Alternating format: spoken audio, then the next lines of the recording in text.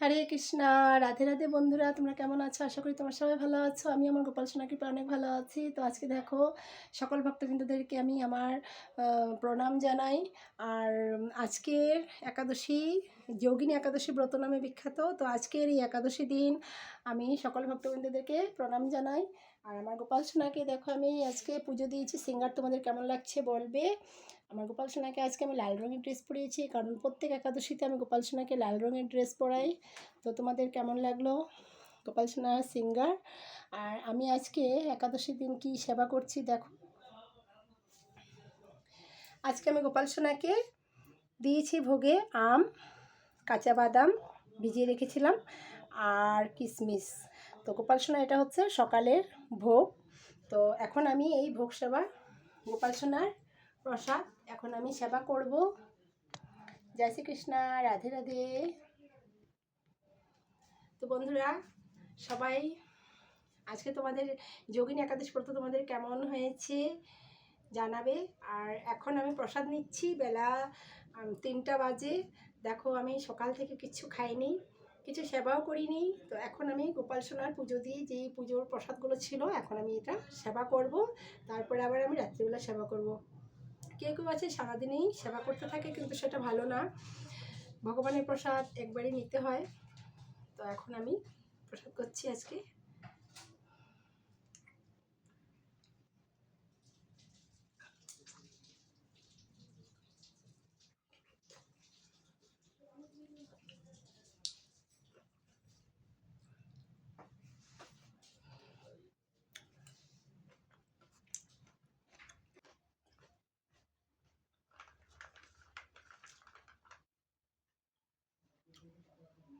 বাদাম খাচ্ছি, এই দেখো।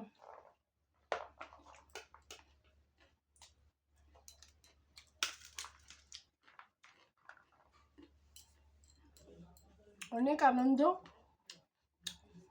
বলে বোঝাতে পারবো না, এত আনন্দ হচ্ছে মনের ভিতরে।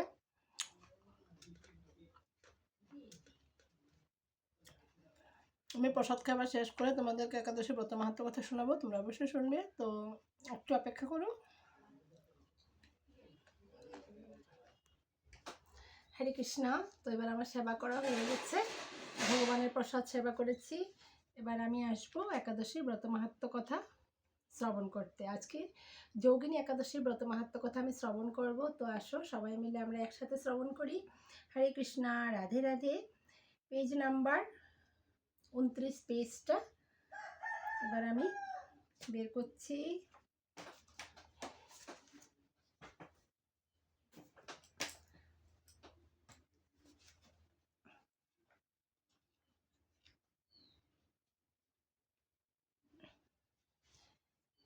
যোগিনী একাদশী ব্রত মাহাত্ম্য কথা এখন আমি শ্রবণ করব। ওম নমঃ ভগবতে বাসুদেবায় নমঃ, ওম নমঃ ভগবতে বাসুদেবায় নমঃ, ওম নমঃ ভগবতে বাসুদেবায় নমঃ। জয় শ্রীকৃষ্ণ চৈতন্য প্রভু নিত্যানন্দ, শ্রী আদিত্য গদাধর শ্রীবাসাদি গৌর ভক্তবৃন্দ। ব্রহ্ম বৈবর্ত পুরাণে আষাঢ় মাসের কৃষ্ণপক্ষের একাদশী ব্রতের মাহাত্ম্য যুধিষ্ঠির শ্রীকৃষ্ণ সংবাদ রূপে বর্ণিত আছে। যুধিষ্ঠির বললেন, হে বাসুদেব, আষাঢ় মাসের কৃষ্ণপক্ষিয়া একাদশীর মাহাত্ম্য কৃপাপূর্বক আমাকে বলুন।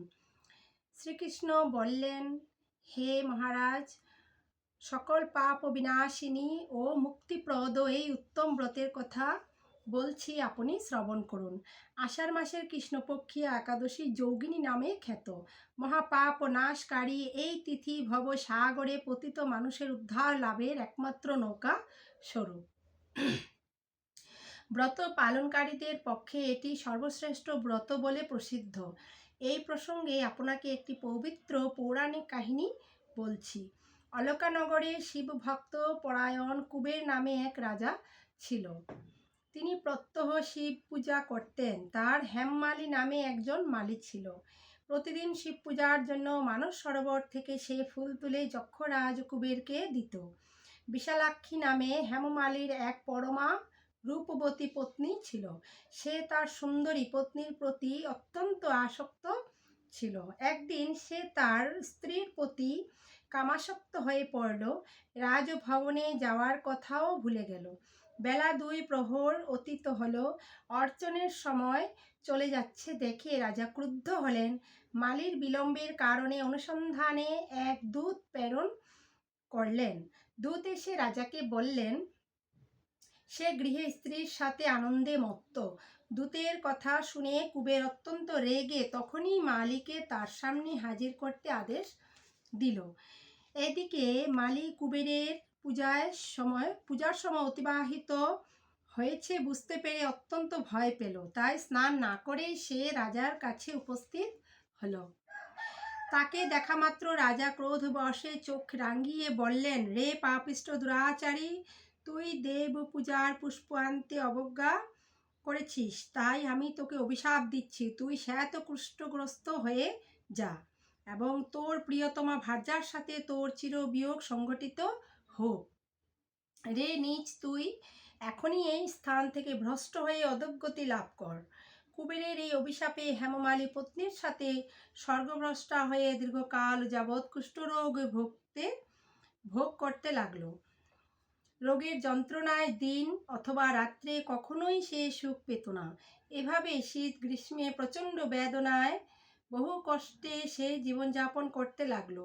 কিন্তু দীর্ঘদিন মহাদেবের অর্চনের ফুল সংগ্রহের স্বীকৃতির ফলে সে শাপগ্রস্ত হয়েও বৈষ্ণবশ্রেষ্ঠ শিবের বিস্মরণ কখনো হয়নি।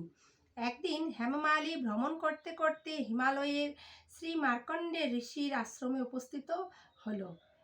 কুষ্ঠরোগে পীড়িত সপত্নী হেমমালীকে দর্শন করে শ্রী মার্কণ্ডেয় তাকে জিজ্ঞাসা করলেন, তুমি কার অভিশাপে এইরকম নিন্দনীয় কুষ্ঠরোগগ্রস্ত হয়েছ? সে উত্তর দিল, হে মুনিবর, রাজা ধন কুবেরের আমি ভৃত্য ছিলাম। আমার নাম হেমমালী। আমি প্রত্যহ মানস সরোবর থেকে ফুল তুলে শিব পূজার জন্য রাজাকে দিতাম। কিন্তু দুর্ভাগ্যক্রমে একদিন স্ত্রীর মনোরঞ্জন হেতু কামাসক্ত হওয়ায় সেই ফুল দিতে বিলম্ব হয়। রাজার অভিশাপে এই রকম দুর্দশাগ্রস্ত হয়েছি। পরোপকারই সাধুগণের স্বাভাবিক কর্ম। হে ঋষিশ্রেষ্ঠ, আমি অত্যন্ত অপরাধী, কৃপা করে আমার প্রতি প্রসন্ন হন।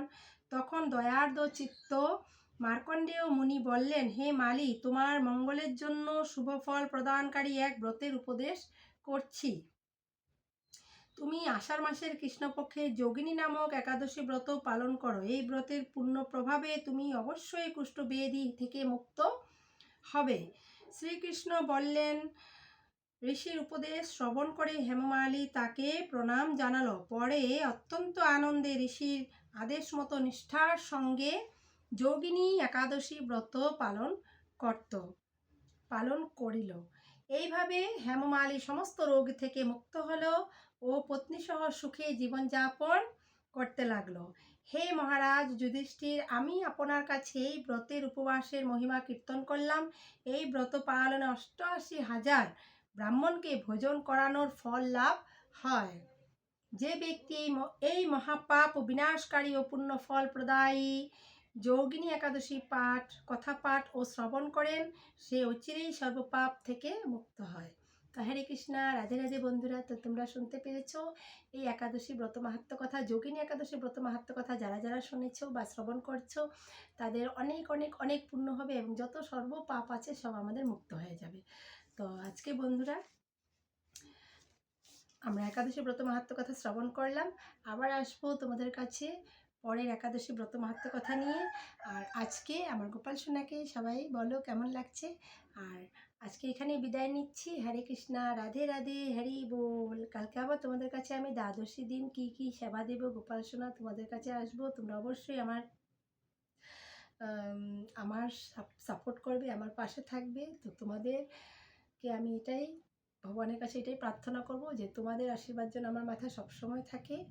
আর ভগবানের কাছে আমি এটাই প্রার্থনা করব যেন সবাইকে ভালো রাখে, সুস্থ রাখে। হরে কৃষ্ণা, রাধে রাধে, হরি বল।